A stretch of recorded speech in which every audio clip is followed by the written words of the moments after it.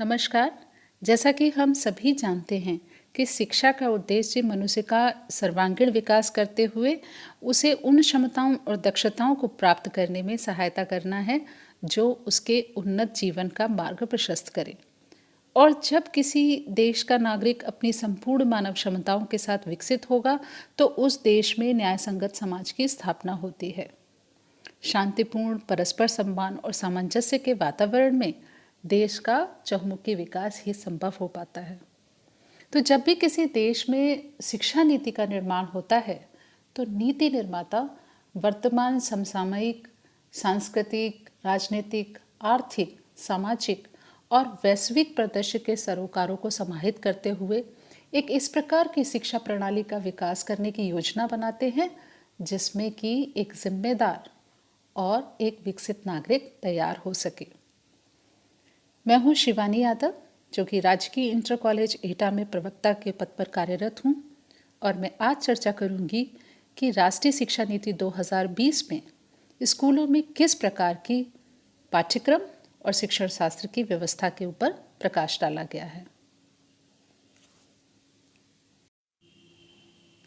भारत द्वारा 2015 में अपनाए गए सतत विकास एजेंडा 2030 के लक्ष्य 4 में परिलक्षित वैश्विक शिक्षा विकास एजेंडा के अनुसार विश्व में 2030 तक सभी के लिए समावेशी और समान गुणवत्ता युक्त शिक्षा सुनिश्चित करने और जीवन पर्यंत शिक्षा के अवसरों को बढ़ावा दिए जाने का लक्ष्य है। नई शिक्षा नीति में इस एजेंडे को आधार बनाया गया है और इस प्रकार की शिक्षा प्रणाली को विकसित करने का प्रयास किया गया है। तो जो शिक्षण शास्त्र और पाठ्यक्रम की व्यवस्था है वो इसी ग्लोबल एजुकेशनल एजेंडे के परिप्रेक्ष्य में की गई है। आइए देखते हैं कि वो क्या है। यह नीति वर्तमान की 10+2 वाली स्कूली व्यवस्था को 3 से 18 वर्ष के सभी बच्चों के लिए पाठ्यचर्या और शिक्षण शास्त्रीय आधार पर 5+3+3+4 की एक नई व्यवस्था में पुनर्गठित करने की बात करती है। जैसा कि यहाँ दी गई आकृति में दिया गया है कि जो शुरुआती स्टेज है, जिसे कि फाउंडेशनल स्टेज कहा गया है, इसमें जो ये 3 वर्ष हैं जहाँ पे 3 से वर्ष की आयु के बच्चे को प्रवेश दिया जाएगा, ये प्री प्राइमरी के स्टेज है। और इसके बाद के जो 2 साल हैं वो कक्षा 1 और 2। तो इस प्रकार से ये 5 साल जो हैं यानी कि 3+2 ये फाउंडेशनल स्टेज है जो कि पूरी शिक्षा व्यवस्था की नींव है। यहाँ पर एक इस प्रकार की जो पेडागॉजी अपनाई जाए कि किस प्रकार से बच्चा ज़्यादा से ज़्यादा सीखे और ये भी सीखे कि सीखा कैसे जाता है। तो शिक्षण शास्त्र की दृष्टि से यहाँ पर ये प्रस्ताव किया गया है कि ज़्यादा से ज़्यादा बच्चों का पढ़ाई लिखाई में इन्वॉल्वमेंट हो, शिक्षण अधिगम प्रक्रिया में बच्चों की 100% भागीदारी हो। इसके लिए खेल खेल में गतिविधि आधारित और अनुभव आधारित शिक्षण व्यवस्था की जाए। बहुत ही कम पाठ्यक्रम के साथ में, बहुत ही कम बोझ के साथ में, पढ़ाई के बोझ के साथ में ये शिक्षा खेल खेल में सिखाने की बात करती है। इसकी जो बात की स्टेज है वो है प्रिपरेटरी स्टेज, जिसमें कि कक्षा 3, 4, 5 के बच्चे को समाहित किया गया है और इसमें 8 से 11 वय वर्ग के बच्चों को शामिल किया गया है। यहाँ पर भी खेल विधि, खोज विधि और एक्टिविटी बेस्ड लर्निंग का स्ट्रेस दिया गया है। उस पर फोकस किया है कि क्लासरूम जो हो वो इंटरैक्टिव हो, यानी कि बच्चों को संवाद करने के पर्याप्त मौके दिए जाएं।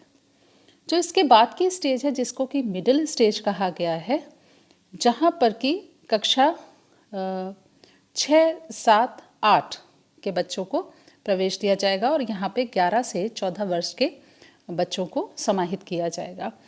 यहाँ पर चूँकि बच्चा कुछ मैच्योरिटी को प्राप्त कर चुका होता है और अब तक उसके पास कुछ अनुभव भी अर्जित हो गया होता है, तो अनुभव आधारित शिक्षण शास्त्र पर जोर दिया गया है। और ये जो एक्सपीरियंशियल लर्निंग है वो science, mathematics, art, social science और ह्यूमैनिटिक्स में, यानी कि सभी विषयों में अनुभव आधारित शिक्षा पर जोर देना है। इसके बाद की जो स्टेज है, जिसे कि सेकेंडरी स्टेज कहा गया है, ये 2 फेसेस में होगी, कक्षा 9 और 10, और इसके बाद में कक्षा 11 और 12। यहाँ तक बच्चा काफ़ी कुछ विषयों की समझ को विकसित कर चुका होता है, अवधारणाओं की जानकारी रख चुका होता है। तब यहाँ पर मल्टी डिसिप्लिनरी स्टडी यानी कि बहु विषयक जो अध्ययन का तरीका है उसको समाहित करने की बात की गई है। साथ ही साथ क्रिटिकल थिंकिंग पर स्ट्रेस है, ताकि बच्चा स्वयं समस्याओं के समाधान कर सके, स्वयं खोज करे और स्वयं किसी निष्कर्ष पर निकले।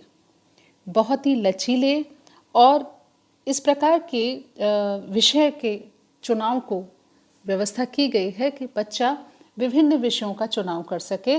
जो स्ट्रीम्स का एक रिजिड कंपार्टमेंटलाइजेशन था कि यानी कि अगर साइंस वर्ग का बच्चा है तो वो आर्ट्स के किसी विषय को चूज़ नहीं कर सकता, या आर्ट्स का कोई बच्चा है तो वो कॉमर्स या साइंस के किसी विषय को नहीं चुन सकता, इसको यहाँ पर ख़त्म करने की कोशिश की गई है। ये प्रस्ताव किया गया है कि बच्चा अपनी रुचि और आवश्यकता के अनुसार विषयों का चुनाव कर सके।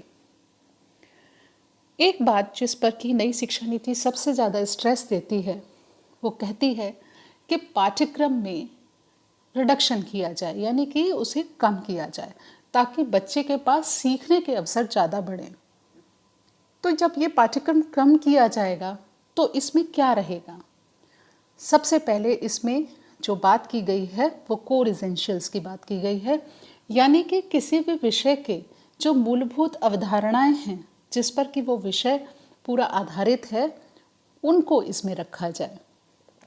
और साथ ही इसमें फोकस किया जाए कि बच्चे खोज पर, डिस्कवरी पर, चर्चा पर, विश्लेषण पर और इस प्रकार की एक शिक्षा व्यवस्था पर जोर दें जहाँ पर कि बच्चे को खुद से करके सीखने की प्रेरणा मिले। तो क्रिटिकल थिंकिंग जो है वो नई शिक्षा नीति का एक बहुत ही फोकस एरिया है, जहाँ वो प्रत्येक चरण में इस बात पे जोर देती है कि बच्चे मौलिक चिंतन के द्वारा, मौलिक अनुभव के द्वारा, मौलिक ज्ञान के द्वारा शिक्षा को ग्रहण करें। इसके साथ ही जोर दिया गया है इंटरैक्टिव क्लासेस पर, यानी कि कक्षाएं इस प्रकार की हों जहाँ पर परस्पर संवाद हो, छात्रों को अपने अनुभव, अपनी जिज्ञासाएं, अपने प्रश्न पूछने की संपूर्ण उसको स्वतंत्रता हो, और साथ ही वे आपस में मिलकर के भी ग्रुप लर्निंग करके भी उस विषयों को समझें।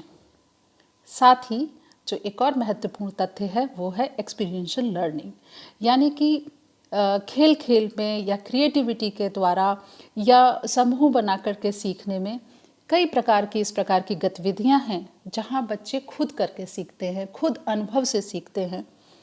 तो पाठ्यक्रम तो कम किया गया है, लेकिन बढ़ा दिया गया है अवधारणाओं को समझना, मौलिक चिंतन, इंटरैक्टिव क्लासेस और साथ ही अनुभव आधारित शिक्षण। इसके साथ ही जो सबसे ज़्यादा फोकस नई शिक्षा नीति पे किया गया है वो है लर्निंग आउटकम्स, यानी कि शिक्षण अधिगम के प्रतिफल। यानी कि हम जब कुछ भी सीखते या सिखाते हैं तो उसके रिजल्ट्स क्या आते हैं, आउटकम्स क्या आते हैं, हमारे व्यवहार में कौन से परिवर्तन होते हैं। तो यहाँ पर कॉम्पिटेंसी बेस्ड एजुकेशन को बहुत ही मुख्यता से रखा गया है। ये कोशिश की गई है कि एक विषय के द्वारा जो भी दक्षताएं, जो मूलभूत क्षमताएं विकसित होती हैं वो एक छात्र के अंदर पूरी तरह से विकसित हों। साथ ही विषयों को इस प्रकार से समाहित करके पढ़ाया जाए, समग्रता में पढ़ाया जाए कि वो विषय को एक होलिस्टिक अप्रोच के साथ में समझे। एक बच्चे के अंदर जब खोज की प्रवृत्ति बढ़ेगी, बच्चा जब चीज़ों को दूसरे और परिप्रेक्ष्य में भी देखने की कोशिश करेगा तो उसके अंदर साइंटिफिक टेम्पर का विकास होगा। तो नई शिक्षा नीति जो है वो इन विषयों पर बहुत ज़्यादा जोर देती है। साथ ही डिजिटल लिटरेसी के ऊपर, क्योंकि ये ज़माना जो है वो नई एज और तकनीकी की एज है, और साथ में जो बहुभाषा शिक्षण पर जोर देती है, क्योंकि बच्चे जितनी ज़्यादा भाषाओं को जानेंगे उतनी ही ज़्यादा उनके अंदर कम्युनिकेशन स्किल्स डेवलप होंगी। इसके साथ ही जो एक महत्वपूर्ण बात है वो है कि सब्जेक्ट्स के बीच में कंपार्टमेंटलाइजेशन ख़त्म किया जाएगा। जो एक सेपरेशन होता है वो ये भी एक ख़त्म होगा कि एकेडमिक कोर्सेज़ ये हैं, वोकेशनल कोर्सेज़ ये हैं, साइंस अलग है, कला वर्ग अलग है, और जो खेल हैं, जो कला है, जो और विभिन्न गतिविधियां हैं वो अलग हैं, कुरिकुलर और एक्स्ट्रा कुरिकुलर एक्टिविटीज़ अलग हैं। तो ये जो कंपार्टमेंटलाइजेशन है, ये जो सेपरेशन है, इसको ख़त्म करने का प्रयास किया जाएगा। एक और महत्वपूर्ण बात है इस नई शिक्षा नीति की, वो ये है कि ये मेंटल हेल्थ और फिजिकल हेल्थ पर बराबर ध्यान देती है। यानी कि पाठ्यक्रम और पेडागोजी के साथ साथ इस बात पे पूरा स्ट्रेस है कि एक छात्र के लगातार रेगुलर हेल्थ चेकअप्स हों, उनके अंदर जो स्कूल बैग का जो बोझ होता है उसको कम किया जाए, कम किताबें, कम बोझ, कम मानसिक तनाव हो उनके ऊपर, ताकि वो अपने शरीर का और मानसिक जो क्षमताएं हैं उनका ठीक से विकास करें। इसके साथ साथ हेल्थ और वेलनेस पे बहुत स्ट्रेस दिया जाएगा। इस तरह काउंसलर्स को भी हायर करने की बात कही गई है, और जो बच्चे हैं डिसेबिलिटी के साथ में, दिव्यांग बच्चे हैं, उन पर बहुत ध्यान देने की बात की गई है। साथ ही समावेशी और एक इस प्रकार के केयरिंग कल्चर की बात की गई है स्कूल में, ताकि सारे बच्चे अपने आप को स्कूल का पार्ट समझ करके और सामंजस्य के साथ में पढ़ें और सीखें। जो टेक्स्ट बुक हैं उनको सहज और सरल बनाने के लिए लोकल कंटेंट की बात कही गई है। जितने भी ये टेक्स्ट बुक्स हैं वो मूलभूत जो अवधारणाएं हैं उनको जो लोकल लैंग्वेज है या जो लोकल एक्सपीरियंसेस हैं उसके साथ में समझाई जाए, यानी उस तरह की डेवलप की जाए कि छात्र को वो सहजता से समझ में आए।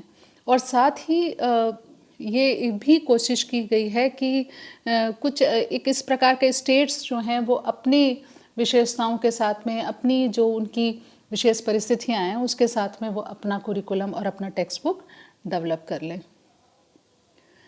इसके बाद जो बात है वो है इनोवेटिव पेडागोजी की, यानी कि जो टीचिंग लर्निंग प्रोसेस है, शिक्षण अधिगम प्रक्रिया है, उसको बदलने की कोशिश की गई है।